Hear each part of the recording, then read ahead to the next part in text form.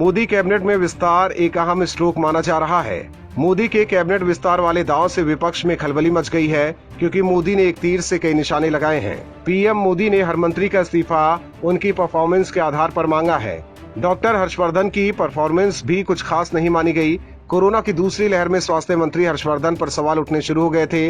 ऐसे में मोदी ने हर्षवर्धन को हटाकर ये संदेश दिया है कि वो लोगों की बेहतरी के लिए फैसले लेने में देरी नहीं करते।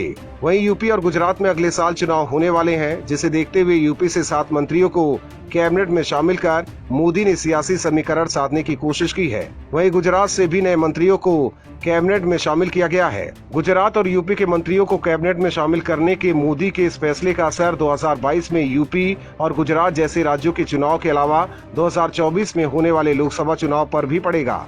मोदी कैबिनेट में इस बार तेज तर्रार युवा नेताओं को भी जगह दी गई है। इसीलिए ये कहने में कोई गुरेज नहीं है कि 43 नए मंत्रियों के कैबिनेट में जुड़ने से मोदी सरकार एकदम नए अंदाज में नजर आएगी। इसे देखते हुए विपक्षी पार्टियों की छटपटाहट उनके बयानों से झलक रहे हैं। राहुल गांधी समेत ममता बनर्जी तक विपक्षी पार्टियों ने मोदी सरकार पर निशाना साधा है। स्वास्थ्य मंत्री के बदलने के बाद ही राहुल ने तंज करते हुए ट्वीट किया। राहुल ने #चेंज के साथ ट्वीट किया। क्या इसका मतलब है कि अब टीकों की और कमी नहीं होगी? बता दें कि इससे पहले रणदीप सिंह सुरजेवाला भी ट्वीट के जरिए मोदी सरकार पर तंज कस चुके हैं। सुरजेवाला ने ट्वीट में लिखा था, जिस महामारी का प्रबंध नेशनल डिजास्टर मैनेजमेंट अथॉरिटी के जरिए किया जा रहा है, उसके चेयरमैन प्रधानमंत्री खुद हैं। क्या वो भी अपने गैर जिम्मेदाराना व्यवहार की जिम्मेदारी लेंगे, इस्तीफा देंगे, या अकेले स्वास्थ्य मंत्री को बलि का बकरा बनाकर अपना पल्ला झाड़ लेंगे?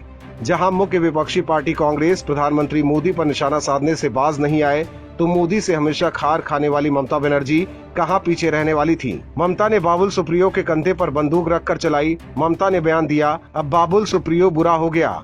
ममता बनर्जी ने सारी हदें पार करते हुए पीएम मोदी को बेशर्म तक कह डाला। उन्होंने कहा कि शेमलेस प्रधानमंत्री के नेतृत्व वाली भाजपा सरकार राज्यों को पूरी वैक्सीन देने में नाकामयाब रही है। केंद्र सरकार की नाकामयाबियों की वजह से पश्चिम बंगाल सरकार को अपने दम पर वैक्सीन की खरीद करनी पड़ रही है। विपक्षी दल के नेताओं के इन बयानों से अंदाजा लगाया जा सकता है कि मोदी मंत्रिमंडल में विस्तार से विपक्ष किस हद तक टेंशन में आ गया है और इसी तिलमिलाहट में मोदी के लिए जहर उगल रहा है। लेकिन मोदी भी खामोशी से हर फैसला लेने को तैयार हैं, क्योंकि कहीं न कहीं मोदी भी जानते हैं कि उनके फैसले देश के लिए जरूर कारगर साबित होंगे। गौरतलब है कि मोदी कैबिनेट विस्तार के बाद पहली बैठक में ही बड़े फैसले लिए गए हैं। हेल्थ इमरजेंसी के लिए 23,000 करोड़ का पैकेज, तो वहीं मंडी के जरिए किसानों के लिए 1 लाख करोड़ के पैकेज का ऐलान किया है। Bureau report, OMH news. और भी वीडियोस देखने के लिए चैनल को सब्सक्राइब करें और बेल आइकन को दबाएं।